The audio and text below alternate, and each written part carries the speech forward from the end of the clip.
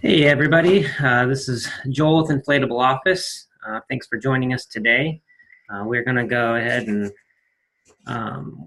do kind of an interview with the event group, or I'm sorry, the Excite group with Nick and Clint. We're going to talk about pay-per-click tactics that you can use. And if you have any questions while you're watching, you can just leave them in the comments on Facebook and we'll try to address those live if you're watching live. And if you're watching just a recorded version, go ahead and still leave those comments in there and we'll just answer them as we see them. At the very end, I'm going to do kind of a practical walkthrough on setting up a few things with analytics and with Inflatable Office. But we'll go ahead and start with just chatting with these guys. They're experts in their field and see what we can learn from them. So, Clint, why don't you tell us a little bit about yourself and your company? Sure. Yeah. The Excite Group is a full-service digital advertising agency. We started about 9 years ago, little over about 8 years ago, I guess. And when we started, the core members here started working together at another company. And what we found there was that a large company in the digital marketing space was really difficult to control. So with all the changes that happen every day in the internet, a large company with teams of managers and attorneys got in the way of being fleet on our feet enough. So we ventured out and started Excite.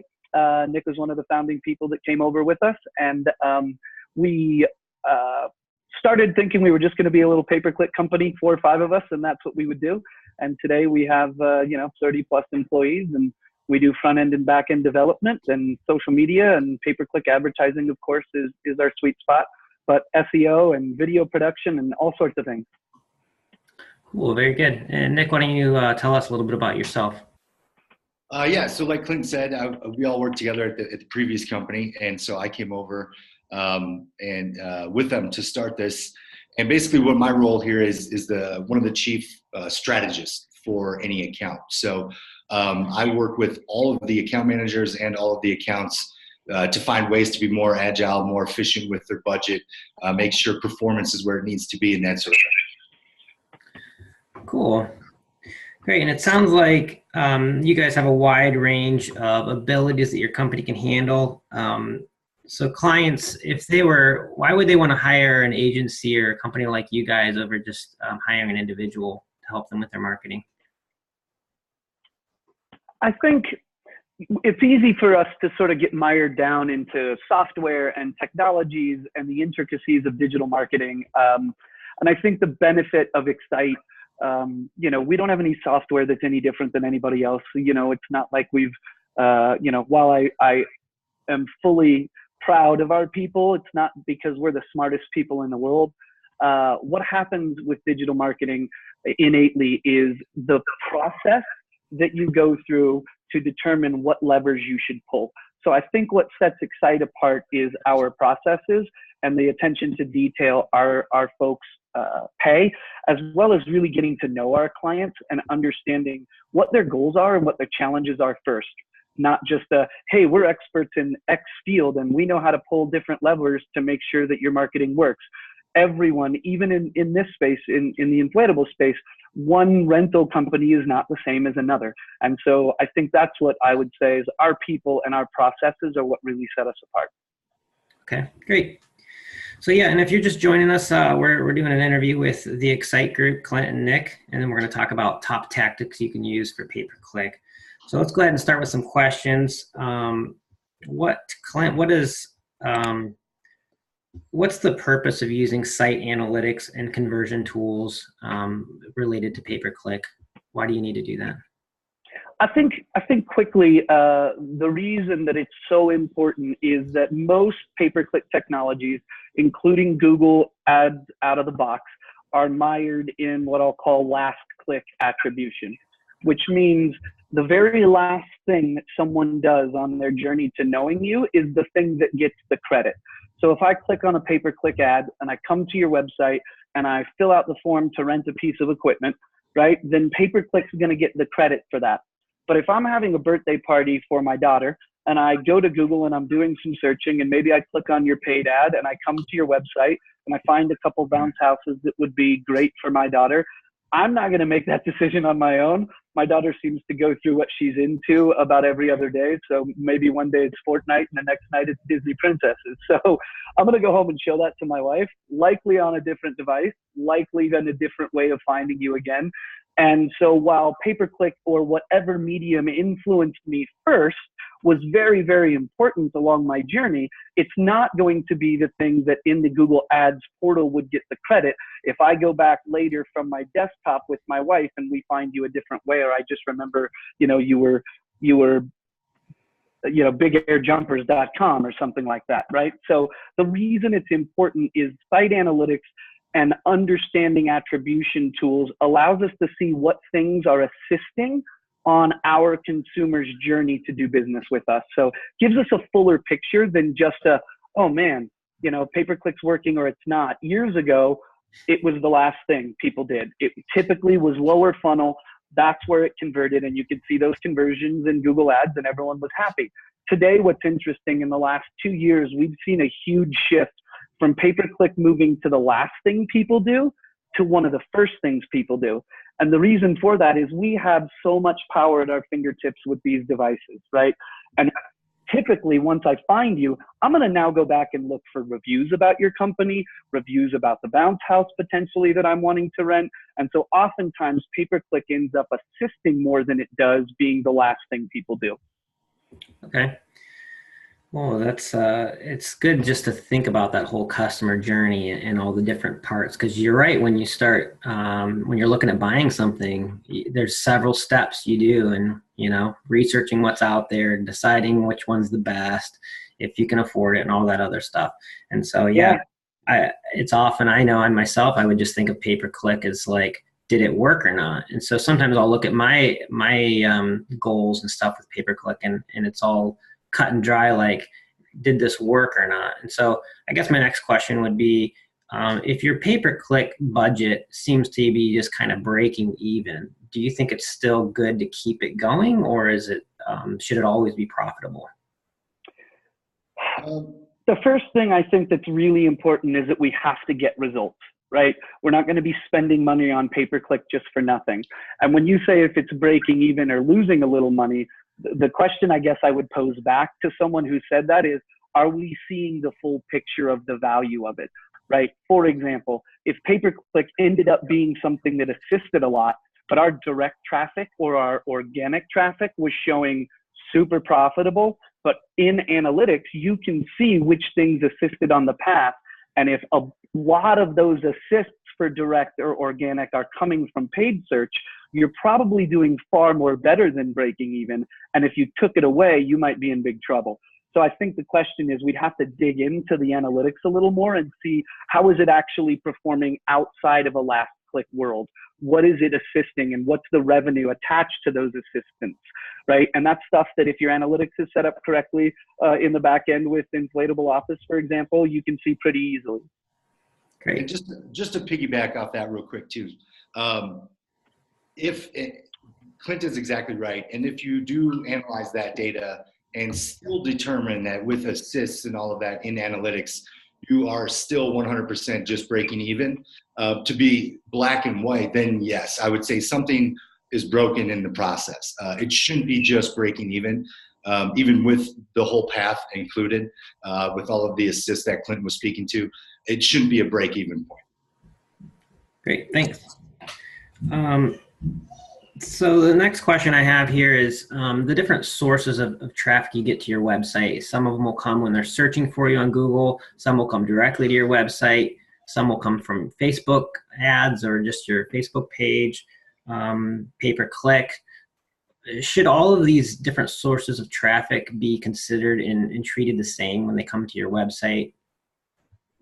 No, I don't think so. I do not think that all traffic should be created equal. In fact, what we're seeing a ton of today, especially with smaller and medium-sized local businesses, is the influential power of Google My Business, where people are interacting with your brand, knowing about you, reading reviews, potentially even looking at pictures and videos without ever even coming to your website. And so I think not all traffic should be created equal. Going back to the scenario where I'm looking for something to do for my daughter's birthday party, I may see an ad as I'm scrolling through Facebook. And the reality is all of us use that as sort of a speed bump for our thumb. You know, we've got 5 extra minutes between meetings or walking to the next thing, and we're literally just trolling our feed, right? Whether it's Instagram or Facebook, maybe we see something that intrigues us, maybe we don't, and we move on.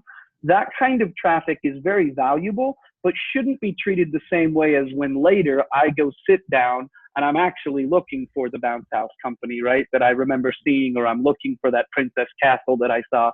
So all of it should be treated with importance, but understanding what its job in the total consumer journey is. Our paths aren't linear anymore as consumers. We don't follow this, you know, the old days of a marketing funnel, awareness, and then all of that to the end of being a conversion. We don't do that as consumers for anything. For toothbrushes all the way up to buying a house. It's crazy. We had a conference that we presented with Google last week, and the Google team brought some research from the last 6 months, basically quarter 3 and quarter 4 of 2018. And there was an increase of over 150% quarter over quarter for things like best blank for me. Like, we're expecting this journey when we're looking for something to be ridiculously personal. So all of that traffic is important, but you need to understand its importance in that journey and how we are using that traffic. Really, it comes down to your audience. That's what's important. Where are they finding you? How is that influencing them? And how important is that traffic? We really can only understand that by really getting to know our audience. Okay. We got a question here from Ralph Jones. This one's going to be tricky, but what is a good click-through rate for your pay-per-click campaign? How can we find a way to measure whether we're succeeding or not with that? Yeah, I think while that's a fairly simple question to answer in terms of the law of averages, I'll answer that and then I'll get into it a little bit more because it's a little bit deeper than that. I think if you are in between anywhere north of, call it 1.5%, you're doing pretty good in terms of pay-per-click averages. But it really is about the goal. For a lot of folks, if you have a well-known company, a well-known brand in a given location, and you're running branding because other people may be buying your name, I would expect that your branding campaign would have a much, much higher click-through rate than that. So when you factor in what are sort of my beginning of research terms all the way through my these people know me and they're searching for my name potentially, you know, you can see big, big ranges. We like to say that my goal is to get you between 3 and 5%. That's where you should be hovering if you have an average of a really good campaign. That doesn't mean every keyword in every ad group is going to do that, because we may be having some feeder keywords on purpose early on in the journey type of keywords that we don't expect to necessarily convert immediately. But if we're paying attention to our audiences, we're going to stay in front of them, and that will end up leading to a conversion later. So long answer, Roger, I think you said his name was. But Ralph, yeah. If you're doing between 3 and 5%, you've probably got a pretty good campaign. Good. Yeah, just real quick to piggyback off that, if to Clint's point, an example, a real world example, other than the branding, would be things like party rental companies versus mechanical bull rental or sumo wrestling suits rental. Those ones that tend to be more specific tend to have higher click-through rates than the more general terms. Okay. My next question, most event rental companies are locally based, and I noticed you guys had a lot of stuff related to geolocation. What can you tell me about techniques related to that or tactics related to geolocation and how you can use that in your campaigns? Yeah, location is so important, and Google and Facebook are both fighting very rigorously to figure out who's going to solve the actual geolocation. People talk about geofencing or geolocation, and it's not a new term. 5 years ago, people used it, and it really meant I'm drawing a radius around a pin on a map of 20 miles, and we're going to call that geolocation, or picking certain zip codes, for example. As a small local business, it's really, really important to understand where your audience is coming from. For Excite, our core marketing philosophy is I have 2 jobs. I have to leverage and understand your existing audience. those who know you, those who are already interacting with you on Facebook, those who are already on your website. I need to understand their behavior. And part of that behavior is where they are. So that geolocation as a tactic can be really, really important. If you have a big enough campaign, for example, Facebook and Google have store visits. So if it was something, not all party rental companies are like this, but some sort of event rents where I can go look at the popcorn machines and all of that, the chocolate fondue stuff. If you have someone who's visiting you, then you can measure some of your traffic in what's called a store visit. So Google knows that someone saw an ad or Facebook from their device, and then that device walked into your store. And so it's a different way of measuring the effectiveness of your campaigns. Geofencing can be a really powerful tool if it's used correctly. The short answer to that is we really have to understand your individual audience and where they are. So geofencing schools, geofencing big church groups, things like that can be really important to an event and party rental business. Okay, good. We have another question here from Hasem. What are some tactics I can use to reduce my cost per lead? Yeah, cost per lead is a tough one. It's one we all want to measure all the time. And first thing I would say is there's some things we can get into to how to do that.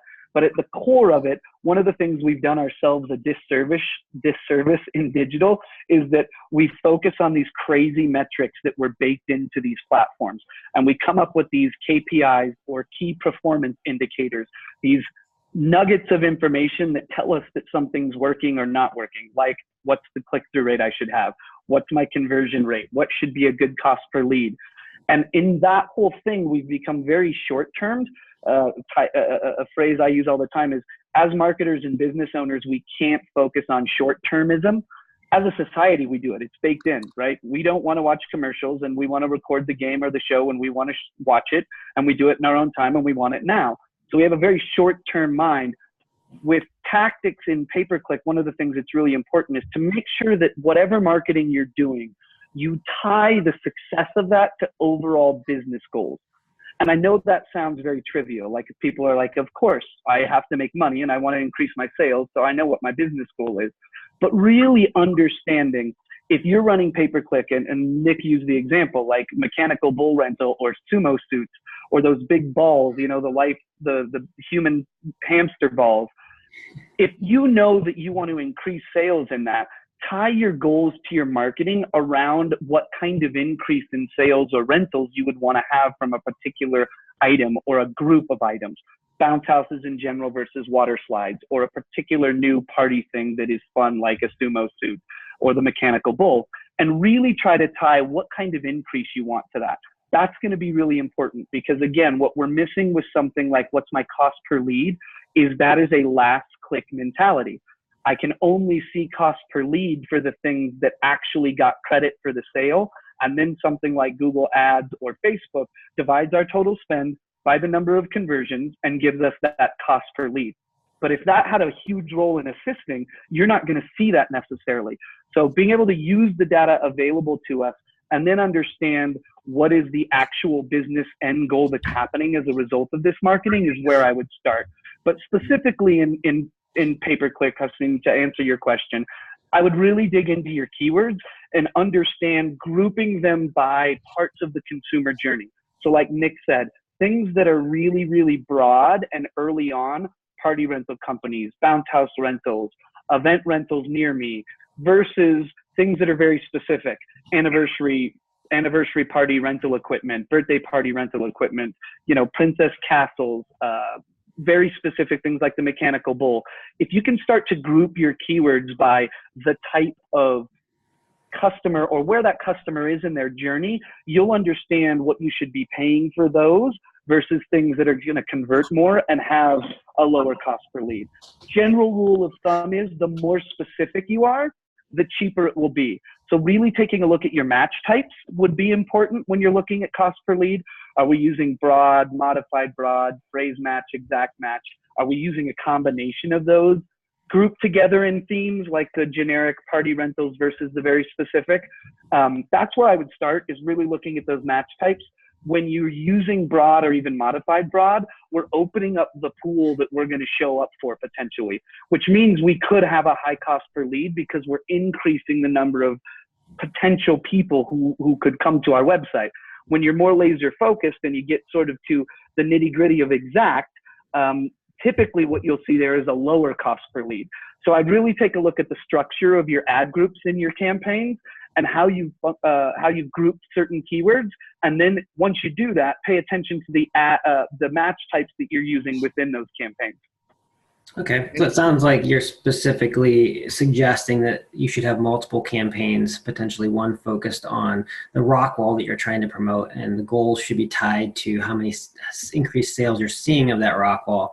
And another campaign can be focused on backyard birthdays and et cetera, and measuring the goals of each of those and the cost per lead of each of those to make sure that they're on target. 100%. Yep. It really comes down to also that the customer journey, right? So let's take Google out of it. Let's take our, methods or tactics out of it. Even, try to take yourself out of your industry's bubble and pretend you're a consumer. And that journey from the keyword you typed in to what does the ad copy say? Does it match what I searched? And then when I clicked on that ad, did it take me to a page that specifically speaks about what I was looking for? And if your journey doesn't do that and your competitor's journey does do that, you're likely having a much lower conversion rate than they are. So the hardest thing to do is say, am I giving the right answers to that person right away? And if we're not, then maybe we need to build the site differently or the ads differently or match that whole timeline, that whole experience into one specific journey for that customer. So how do you know when you're getting carried away and you're making too many ad groups and stuff and trying to do too much laser focus on that? Yeah, it can be difficult. Again, I think the answer to that question is tying it back to business goals, right? So if you've got millions of keywords and they're just sort of randomly in ad groups and that kind of thing, to Nick's point, it makes it really, really difficult to create a personalized journey for the user that would speak to them in the way that they're looking for, because I've got too much in one ad group or too many things going on. If I tie things back to business goals, you may have lots of different things that you rent. We have lots of event rental and party rental companies as clients, and every one of them is different. Some of them have hundreds and hundreds of options. Some of them don't. But at the end of the day, your business goals should be tied to it. You may not run an ad and spend money marketing every single thing that you do. Some things are add-ons. Some things just happen as a result of me having a party, right? So you may be one that's like, man, our ice cream machine or our popcorn machine, that what it costs me to advertise for that thing alone, I may not get a return on. So I'm not going to focus on that as where I'm increasing my growth for my business. And so I think that's where you can start to at least rein it back in a little bit. People get excited to do this and start buying a lot of keywords, and they create ad groups for every single thing they do as a company. And even our business, I won't actively market everything Excite could do for you to you. I know in a particular industry or for a particular type of client, the kind of marketing we should start with. And that's what I'm going to market out in the marketplace to what Excite can do for you.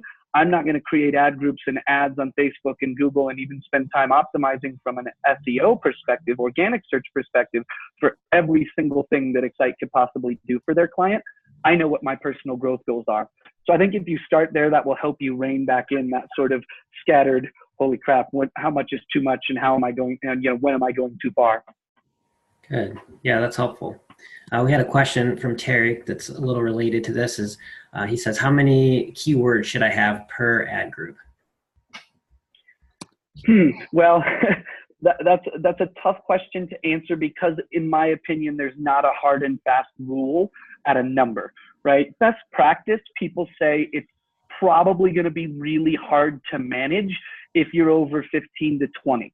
But there are scenarios where if you're using, so our philosophy in pay-per-click is within a given ad group. Let's use the sumo suit example. If I were running an ad group for the sumo suit, I'm going to have a couple different variations of match types in there. So I may be hunting for something in modified broad, like inflatable plus sumo plus suit plus rental. Right? And what I'm doing with that match type is I'm telling Google, I want those words to be there. They don't have to be in that exact order, but if somebody's typing in what's the best inflatable sumo suit rental for me? I want to show up for that keyword, right? So by using that modified broad, I'm hunting for other variations that people are searching for. But within that same ad group, I know that people type in sumo suit rental. And so I may have that keyword in exact match. And as I'm using the modified broad to hunt, right, I may start to see other keywords that I move to phrase or that I move to exact. So depending on what it is you're actually doing, you could have a scenario where there's 30, 45 different keywords in an ad group. And if you understand what your focus is in that ad group, it won't be so difficult to manage which ones you're running, adding negatives, messing with bids, because you understand the overall goal of the campaign and how it's tied to your business objective. So not really probably the answer you were looking for, but my opinion is there's not a hard and fast rule where I could tell you have no more than 10 keywords in an ad group, because there are scenarios where you may be hunting for other variations. We search so differently now. When pay-per-click started, people used pay-per-click like the yellow pages, right? We would pick a category and we would flip to that page and go, oh, how many different variations of attorney are there? Well, there's lawyer, there's attorney, there's DUI, there's criminal. And we kind of picked our keyword sets like that. But as consumers, if we all put that consumer hat on, like Nick was speaking about earlier, we don't search that way. We search in these little tiny moments in between all of our busy lives. We're not brand loyal, I like to say, we're task loyal. So I have this thing to accomplish and I'm going to search for it how I search for it. So long answer is there's not a hard and fast rule to that. But good rule of thumb is probably no more than 20, especially if you're trying to manage this yourself. You're running a business, you're doing other things, wearing lots of different hats. I can relate. When we started our company, I had 12 different hats on at once. If you're trying to run pay-per-click on your own and you're having keywords of more than 10 or 20 in an ad group, you're probably wasting some money because you're not being able to keep up with all of the things you need to keep up with adding negatives, adjusting bids, adjusting ad copy, that kind of thing. Great. Now I just want to make a comment because I know from my own experience, you were talking about modified broad, and I know when I would set up an AdWords campaign and I just put in broad terms, and then I would look at what people were actually searching for when it matched in AdWords. I think they have a report in there like customer queries or something, and there was all kinds of unrelated stuff where it just happened to have one of those keywords in it. And so that's when I learned, oh yeah, you got to put those pluses in front of each word that you want that have to be in that search query, and that definitely made things work a lot better. Yeah, 100%. I would say never use broad by itself. If you're hunting, use modified broad. It's still a great way to hunt for your consumer's actual search terms so that you can bring down your cost per click and ultimately cost per lead. But I swear off using just generic broad by itself. We don't build any campaigns with just a broad match type. Good. Another question I had for you was related to how often do you find it's good to revise a campaign? Because I know I've seen it myself where something that works last year for some reason isn't working this year, and you have to kind of look at that. But what's your experience with needing to maintain a campaign? I think a lot of it has to do with your general area, understanding your audience, your traffic, and your budget. For example, if you're only spending 150, 200 bucks a month and you're talking about a couple, 50 to 75 clicks, maybe you don't have to visit that campaign daily. Maybe looking at that, a couple times a month or even monthly would be sufficient. If you have a bigger budget and you're in a much bigger geography or a bigger metro area, our teams literally look at our clients' campaigns daily. So we believe that the more time you spend on it, the better you're going to get if you understand the data that you're looking at. Obviously, if you're running your own and you're running your own business, sitting down and devoting 2 hours a day to your AdWords campaign may be unrealistic. But I think it really depends on the amount of traffic and your budget. How often are things changing? To your point, you said, I noticed some things that were working last year aren't working this year. Some people that could be week to week. We have clients that are in multiple states and are spending, $100,000 a month in pay-per-click budget. That has to be visited far more than once a month or we're wasting money. So no hard and fast rule to that question either, but the more time you spend in there, the more time you understand the data, the better you're going to make your campaign. Doesn't mean you have to make changes daily, but being able to look at trends, understand things from a week to week basis. I like to say, if you could devote 10 minutes every morning to just opening up the dashboard and creating what it is you know that you want to monitor. Again, tied to your business goals. Spend 10 minutes just looking what happened yesterday versus the day before, and then what happened this week versus last week. And that 10 minutes, you can uncover some pretty interesting things, even if you don't have a ton of time to devote to this, but make it a habit to kind of do that on a daily basis.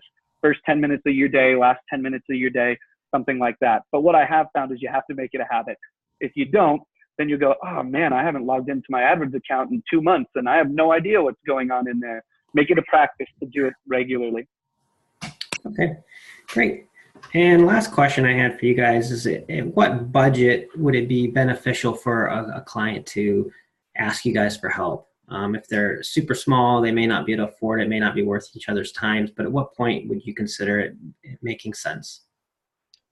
I would say for us, it's not even about the actual budget to an extent, right? I mean, if you've got $50 a month, it's probably not worth you paying us to manage something like that, obviously. But it's more about how much data can we gather. Depending on the industry, you know, DUI and criminal attorneys, they can spend $150 a click. Other industries, it's $2 a click. And when we can optimize best, it's when we can see patterns throughout the week, throughout the day. You know, is the best time of day to raise bids 10%, 3 p.m. on a Tuesday, or is it 10 a.m. on a Sunday? And if our budget only allows us to get 1 click a day, for example, and Google shuts us off by 9 a.m., 10 a.m. every morning, it's very hard to learn those patterns, to find that, yeah, we can lower bids in the morning, raise them at night. If we're not able to make those determinations, it makes it much harder to optimize an account. So I guess my answer would be, and Clint can chime in with his opinion, but it would be more about, can we get enough data so that we can see clicks throughout the day, every day of the month, and then really become way more efficient with whatever budget it is, because we've seen those patterns.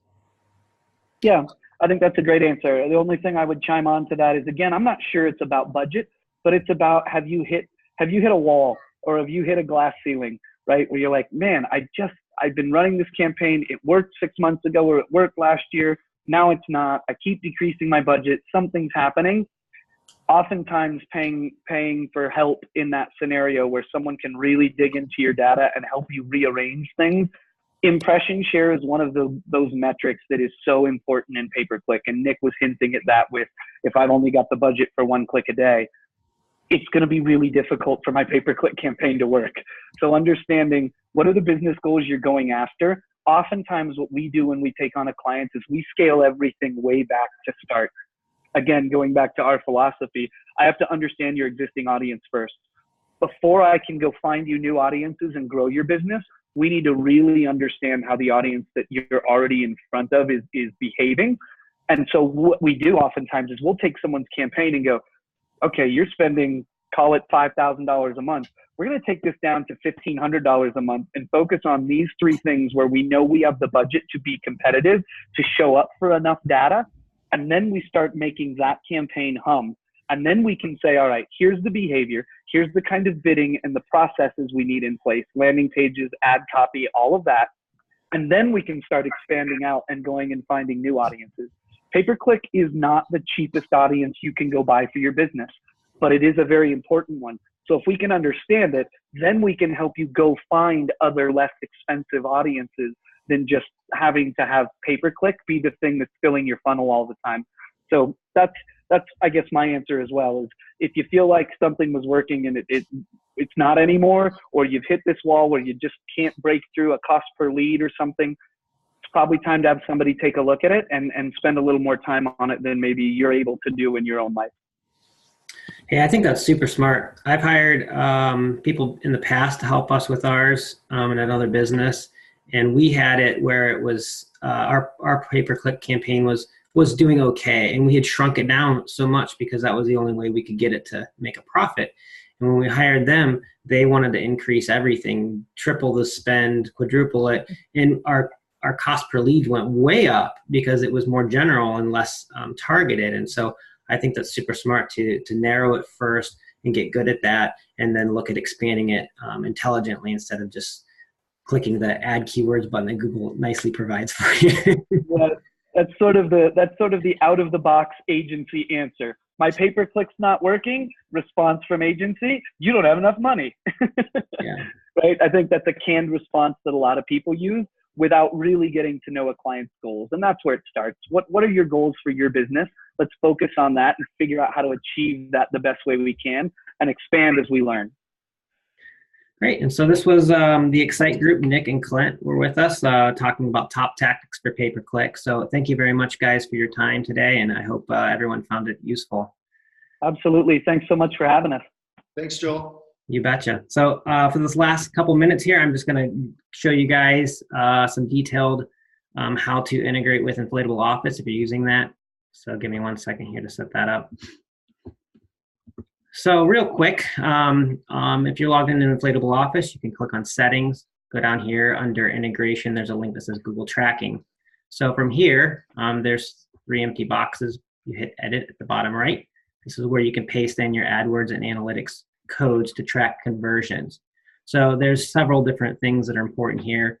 If we paste in the analytics code here, we'll then be able to see page views for our quote checkout stuff. So if we go into analytics, you'll click on the gear here at the bottom.